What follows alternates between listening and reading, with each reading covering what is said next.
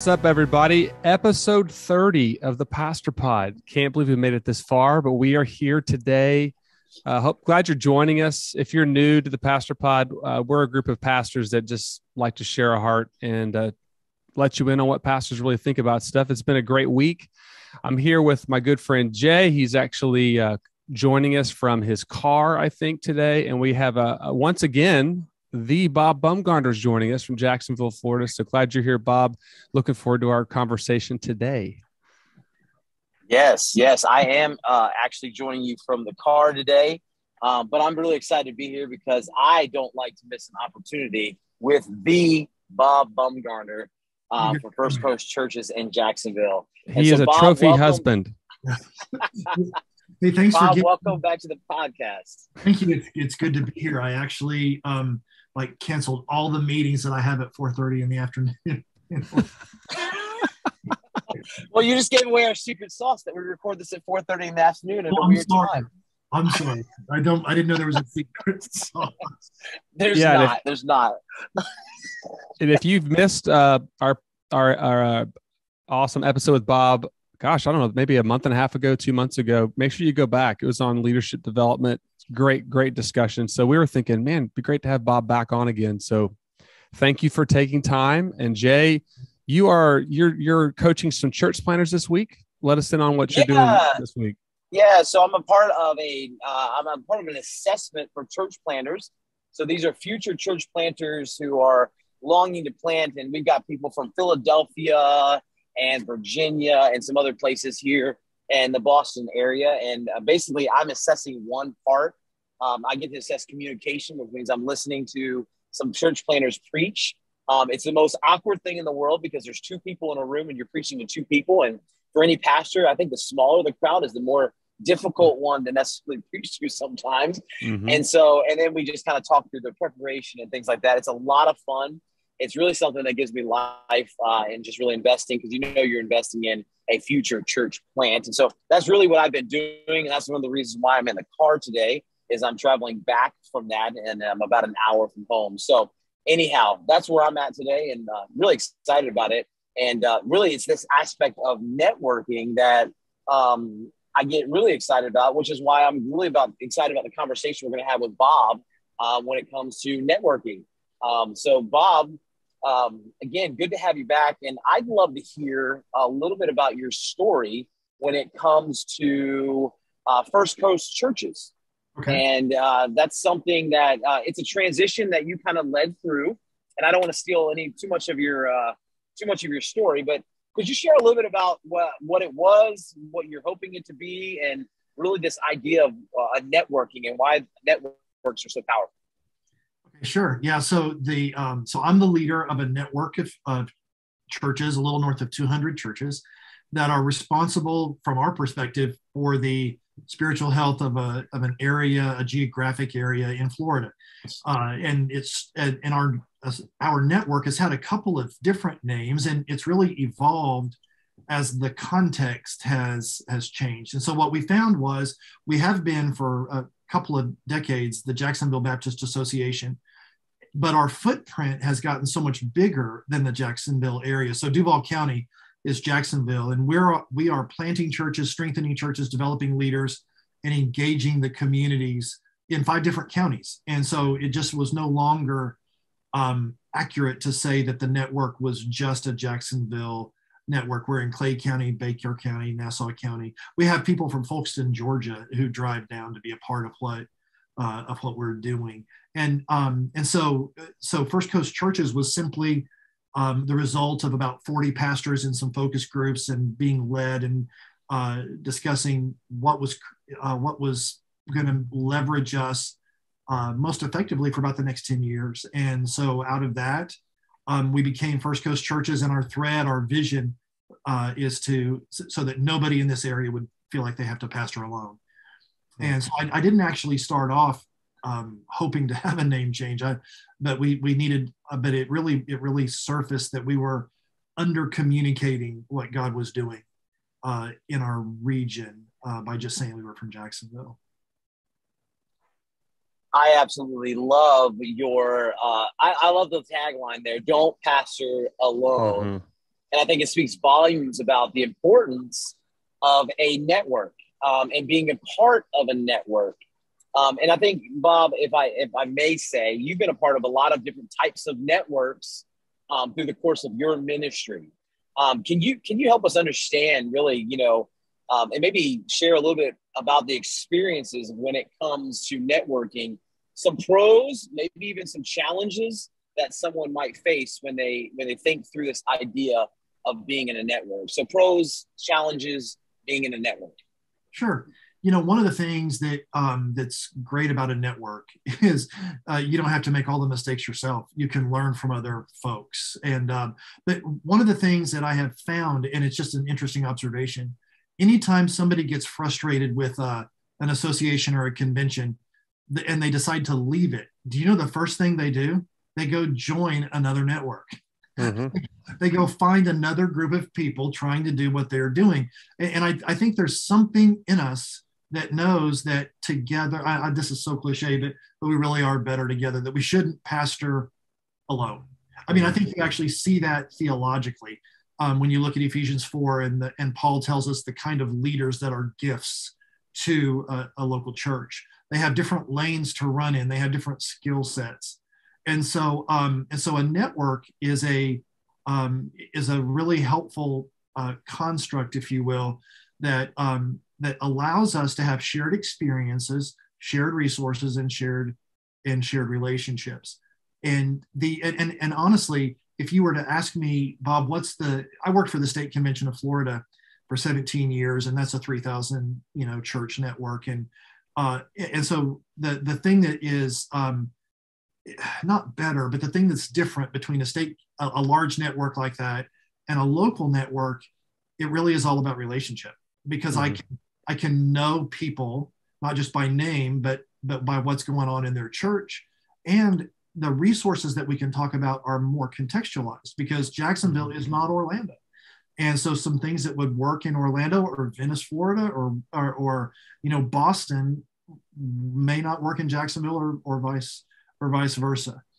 So I think the network is a big deal. Obviously, I've given over 20 years of my life to being a part of networks. I will say this. I think the challenge of a network is that people are tired of the name network that's not really a network. Mm-hmm. So think about this. If you're a part of a network that has a name, but it doesn't behave like a network, then you really don't make time for that. You don't go to those meetings because it's just a formality. So in order for a network to add value, it has to be more than a tribe. It has to be more than a label. It actually has to be something that you see how it adds value, and that value ought to be measurable. So I think the challenge is, for those of us who are in network leadership, is to listen to the network so that you can serve the network. Mm-hmm. There's a friend of all of ours, his name is Will Mancini, and Will does this illustration of what he calls the box and the cloud. And it's pretty simple, but it goes like this. There's a cloud of churches that realizes there are some things that they want to do together, but they can't do together easily. So they create a box. And the box is the organization that's designed to do the thing that the cloud wants to do together that they can't do together easily. And as long as the box serves the cloud, then the cloud will continue to fund and resource and support the box. The problem is if the box doesn't continue to listen to the network, the cloud, it doesn't listen to the cloud, there's this gap that forms, and it's a value gap. And so what ends up happening is at that point, people begin to disconnect from the network because it's no longer adding value. So if you're in a network of churches that continues to add value to you, you need to pray for that leader, because I can tell you what, he's working his tail off. Mm-hmm. He's listening to churches and responding to what they need. Mm-hmm. That's good, Bob. So I think a lot of us need relationship. And I think for most pastors, and I can speak to myself, I struggle at times to know when or how I'm going to make time for extra meetings with other leaders. And that sounds really bad, but I've been to networks, I've been to pastor meetings that were not, that were in, in words, they wanted something to happen, but it didn't. It wasn't true network. It wasn't true support. It was more of a, everybody's kind of sharing about their thing. And sometimes there's a comparison, or there's a jealousy, or there's an awkwardness. And that's, of course, that's just people.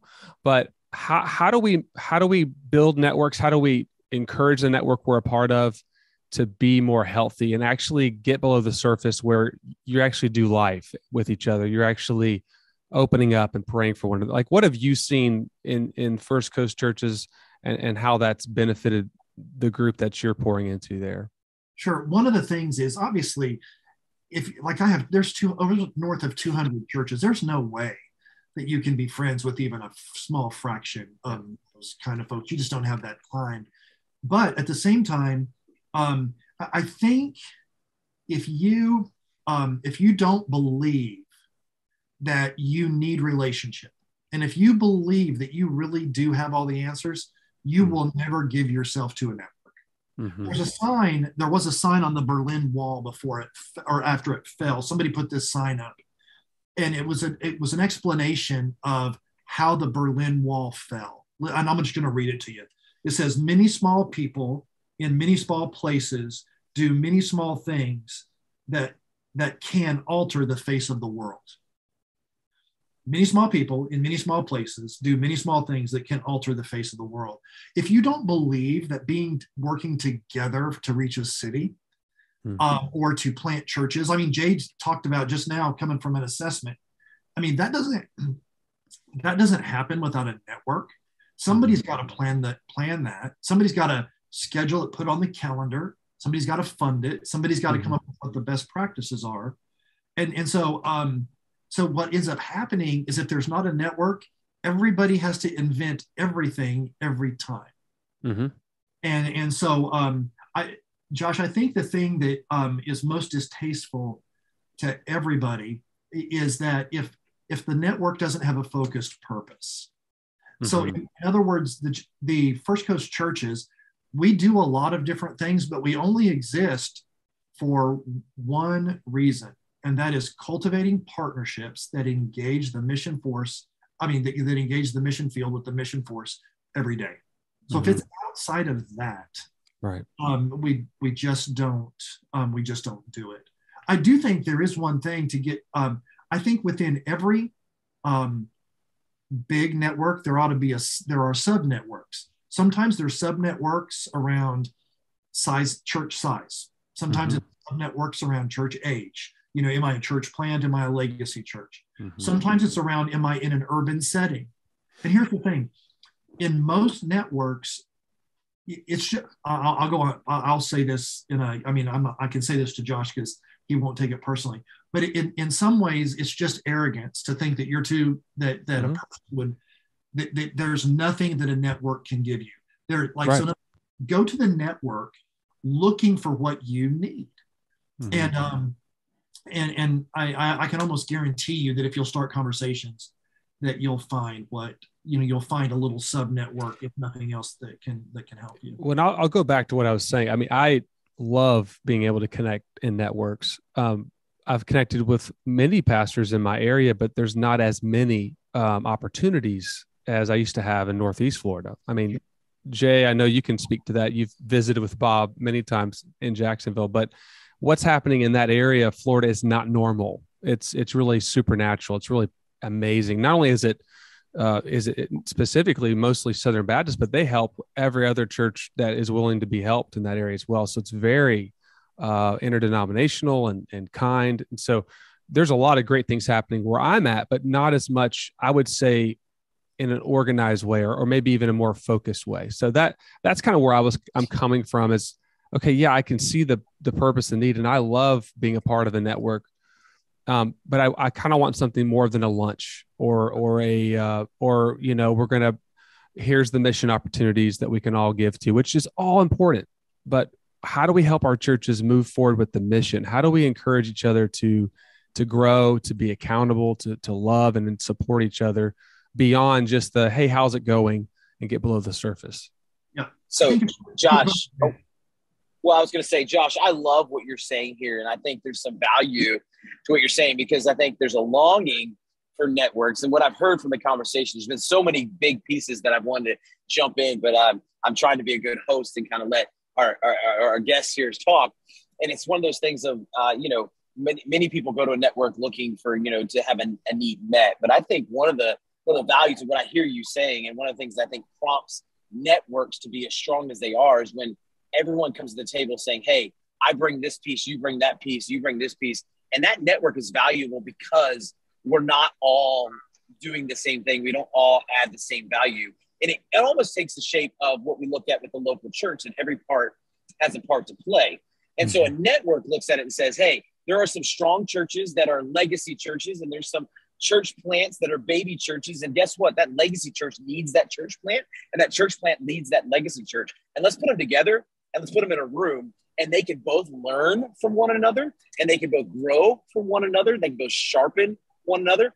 And so what I think prompts a network to be as strong as it is exactly all the pieces we're talking about. When you're saying, hey, I'm passionate, I want more than just a lunch. When there's that eagerness for more than just doing something to check a box and say I'm part of a network, that's when the network really takes off and catches fire. Now, I'd love your insight on what I just said, but that's my observation of what I've seen when it comes to networks. That's good. Yeah. Yeah, Jay, I think you're right. I think that one of the downfalls of an association or network is that if you assume that everybody's interested in whatever the next meeting is, if you have people who are genuinely trying to reach their community, they don't need another bad cup of coffee or a lunch that they could have gotten they could probably make more progress if they went to one of their church members and had lunch with them. So they're giving up something. One of the things that I have found to be super helpful is this may sound funny, but if networks can kind of do speed dating, in other words, how do you help your pastors connect with one another? I mean, a sort of a motto would be, how do I help my pastors serve each other? So I don't think there's less attendance at leadership development things. What I think is happening is there's decentralization. Like, in other words, the only network you used to be a part of was whatever your denominational label was. Okay.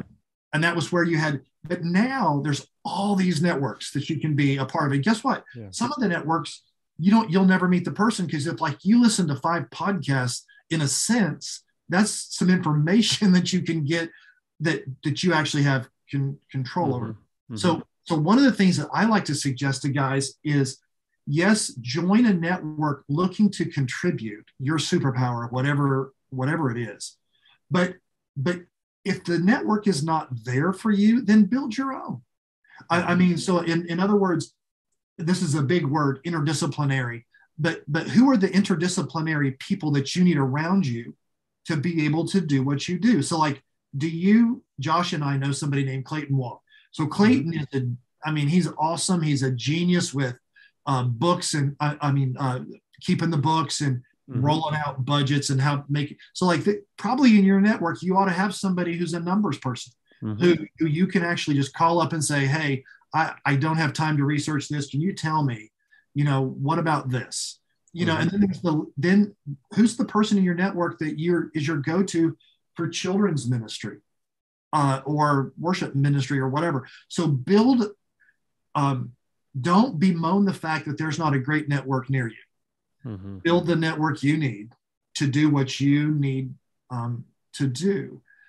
And you'll be blessed. I promise you'll be relationally blessed by it and resourced by it as well.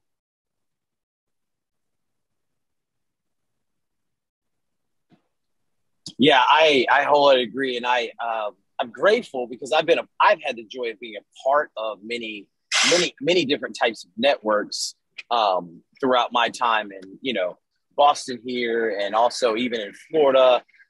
Even some of the networks that Bob's been a part of and Josh has been a part of. So I think one of the things I'm intrigued by, and I think a lot of people listening going, and you kind of started answering it, Bob, is this idea of if I wanted to be a part of a network and, I've got maybe I've had a poor experience in a network and it's kind of turned me off. I don't want to go to another lunch. We talked about that. How do you even locate a network that might be near you that's existing? Because I think the idea of starting a network might overwhelm someone, especially a pastor who has a lot of things going on. Starting a network might overwhelm them. So how would you direct someone who's saying, yeah, I like the idea of being a part of this network that you're describing that's giving me life and adding value to me? How would you encourage someone to seek out and find that type of network?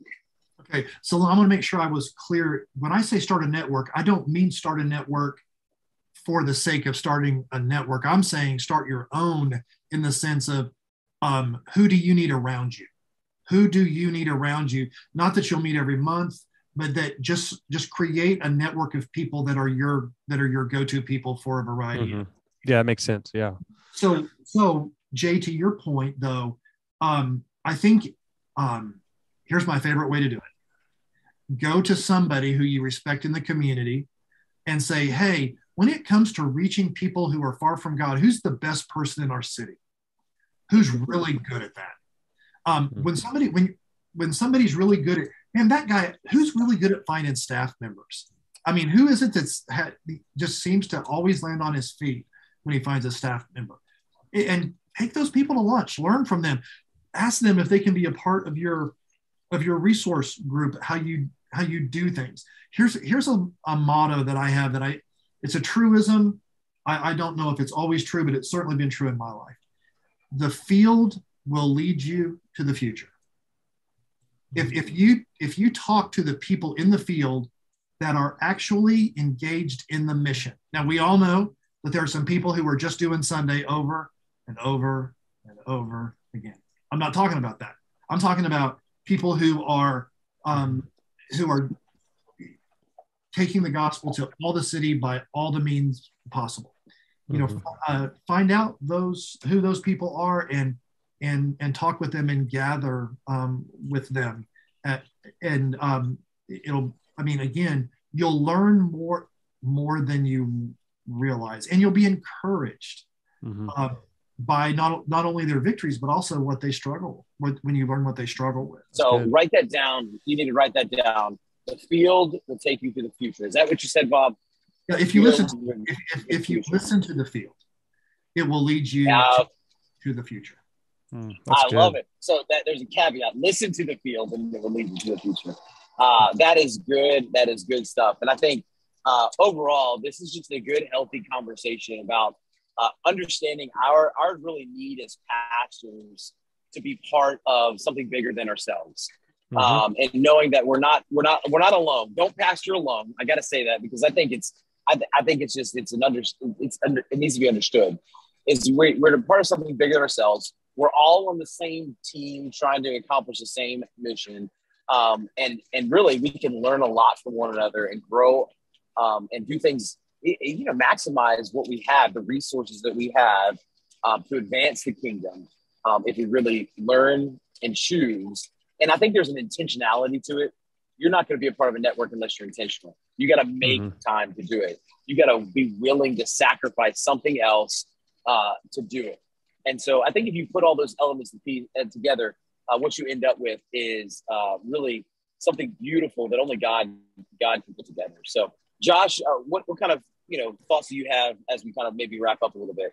Well, I feel like I've been the negative Nelly today. I feel like I just was super negative earlier in the conversation. So I'm just going to come back around and say, I have struggled with this because when I left where I was, here's the thing. I have a family. I've got some really good friends that are around the nation that I've went to school with, like you guys, both of you and others that are not necessarily in my backyard. And I've met some great people down in where I'm at now, but it was kind of a shock factor when I moved. Of course, COVID had just reared its head and there was no networking happening, at least face to face. So I think for me, it's like, how do I encourage other pastors, and I try to do that in my region, but also like get together and say, hey, how can we make a difference? Can we plant some churches together? Can we help some hurting churches? Can we come alongside? And whatever that gifting that each pastor has or church has, like what you were saying, their unique place in the field. That's kind of where my mind has been this last year. Is like, Lord, I want our church, and I know every church desires us to be a church that's a support to others and that is a blessing to others. And so I know that was happening where I was because of the leadership of leaders like Bob and others that just have a gift of bringing people together, bringing leaders together, and because of their willingness to just make it happen, be intentional, provide environments where pastors want to come and they want to open up. I just want to see that happen. I'm down in Southwest Florida, and there's a lot of great leaders and great churches. I'm just trying to figure out my way. So I think this has been great for me. Well, Josh, very timely. I want to let you off the hook because I think Josh is one of the most natural networkers that I've ever seen. As a matter of fact, the church that he planted in, or the campus he planted in Jacksonville and left to come to where he's at now, is in a good position because he was networking with people. And so as a result of his networking, we actually ended up inheriting property that created a space that during the pandemic saved the bacon of that North campus because the school became prohibitively expensive. Right. So Josh gets this. What I would say is just some low bar ways to do this is I think it's if you're trying to find a resourcing network, start denominationally. Start with people who theoretically have look at the Bible the way you look at the Scripture and have some sort of affinity. If you are super busy, so like Josh is a set up, tear down church. They're in they're going to be building soon, so he's going to be doing all he can to keep his nose above water. I mean, here's what my recommendation would be: go to your association go to whatever your network is there and say, hey, I'm entering into a super busy season. For 2 years, you're not going to hear from me. But I will do whatever you want to do, but I can't come to the meetings. So if you need me to talk about expositional preaching, I heard the podcast a couple of weeks ago that you guys did on that. Or if you need me to make a contribution of a thing, or if there's a pastor that needs encouraged, just tell me and I'll do that. But so, and I guess there's at least 3 ways to move into being a part of an association. There's the relational side of it. So just being present. So Jay, you have an infectious optimism. Mm-hmm. And so just being around you is awesome. And so, so for you, it may simply, your effect on a room may not even be what you realize it is. Just if you did have an hour to show up and go and just talk to somebody who may be on the edge of the room that wouldn't, guys, I talk to pastors all the time who are just so lonely. They feel so insignificant. And to have somebody who's had some of the successes that you guys have had even talk to them would be so huge. So there's the relational reason, but there's also the functional reason, like what's in it for you. I mean, theoretically, your association ought to be able to provide something with you and for you to be able to serve you. But then there's the ideological, so in other words, the final thing, what is your association really trying to do? So the reason that we spent all the time and money to come up with Don't Pastor Alone is because we have 211 churches that don't want anybody in our region to pastor alone. So that's the most common thing that we're doing. So you have to find out what stirs the hearts of your pastors and pour gasoline on it. That's good. So Bob, I gotta say, this is so much good stuff. I can't take notes because I'm driving. We mentioned that earlier, right? And so Josh, I hope you're not taking notes. I'm doing it. I'm taking notes, Jay. I'm doing good, the best I can. I'm not as good as you, but I'm trying here. And if you're listening, I hope you are as well. But here's the thing. I want to address something. Josh, you said earlier, I feel like I'm being the negative. I actually disagree with you. And I want you to know that I appreciate your transparency because I don't think you're alone. I think there's many people who, if they're listening to this podcast, I think there's many people who would fall in the camp of you going, I don't know what to do. I'm just trying to figure this out. And I think one of the things that we do on the podcast here is we aim to be transparent and real. So thank you for your vulnerability of that. And it shouldn't come across as negative. You're just being real. I think deep down inside, I think I long for more of a networking too. I just don't express it. I just probably don't express it like that. So I wouldn't beat yourself up too much about that. And Bob, there is so much gold right now in this conversation that I really hope Josh is taking a good notes. I really do. So overall, this networking conversation is one that I think we could go on and on and on and on about. But yeah, I just wanted to say that, Josh. If you have anything else to say, that's fine. But I just want to say, don't beat yourself up too much. I think being real and transparent is what we need more of. I was feeling like this is kind of where I've been in understanding what was the difference between a pastor's meeting and networking meeting. I think there's different styles, different ways to do it. And back when I was a youth pastor for 14 years, moving from that role to where I'm at now, it's been very different because youth pastors do it, and don't take this personally, for everybody out there, but youth pastors do a really good job of this. They do. At least in my experience. Like, you just come in the room, they're all laid back, they're throwing a ball around. There's always a couple weirdos, but typically we're just, we're trying to survive and be sane. And usually it's just easier to relate. And of course, when I moved into a role of campus pastor, now, lead teaching pastor, it's just a different culture and environment. Maybe I'm just not used to it yet. Maybe I just would rather sit around and talk about the basketball game for a while. I really don't want to talk about deep, heavy things because that's what I've been doing all day. I've been counseling. I've been trying to make decisions on the building campaign. I just want to sit around and talk about life, not really. So tell me about what's going on with the building. I really don't want to talk about it right now. I spent 8 hours talking about it. You know what I mean? So I think there's just some of that where it's like, I just want to build some relationships with other leaders where we can just go, hey, how can I pray for you and your family? How's your kids? Tell me about Saturday. Tell me about, to me that, and that's what you were hitting on, Bob, was the relational aspect. I just feel like that sometimes is overlooked, or maybe that's considered, we'll get to that later. Let's get to the meeting notes. So let me tell you what we're finding in Jacksonville. And we found it because we listened to the field. Our church planters needed more relationships than our legacy pastors.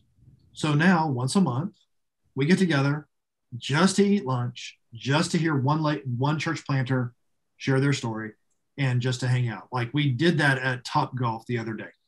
And so we're making it much more about not recreation for recreation's sake, but more chill, more youth, to quote Josh, more youth ministry. Yeah. In order to put people in a different kind of environment, because a different kind of environment creates a different frame of mind. And so don't assume that your network leaders, if you're a part of a network, don't assume that they know that they get you. Mm-hmm. Help them get you. Yeah. Tell your story. Mm-hmm. Tell them what will be meaningful to you. Mm-hmm. That will make you come to an event once a quarter or something like that. That's good. That's good, Bob. That is really good. And so 2 things, Josh. I can't wait. I want to come hang out with you now, just because I want to talk basketball and hang out. And Bob, I want to be a part of your network so I can play top golf. He needs to move to Southwest Florida. I was going to put both of you guys out there. Listen, guys, this has been a great conversation on networking. We could probably go round and round, but honestly, we'd love to hear from you if you're listening to the podcast. If you have questions about networking, we'd love for you to drop them to us. Our email is thepastorpod@gmail.com. You can direct message us on Instagram or Twitter or even Facebook. You can message us there. We'd love to hear from you. We'd love to help support you. Specifically when it comes to this idea of networking. So don't hesitate to reach out to us. But listen, it's been another great episode, good conversation talking about networking. And hopefully we'll have a part 2 to this one. I really want to have another conversation about this in the near future. But from Josh, Bob, and myself. Bob, again, thank you for being part of the podcast. It's always a joy to have you.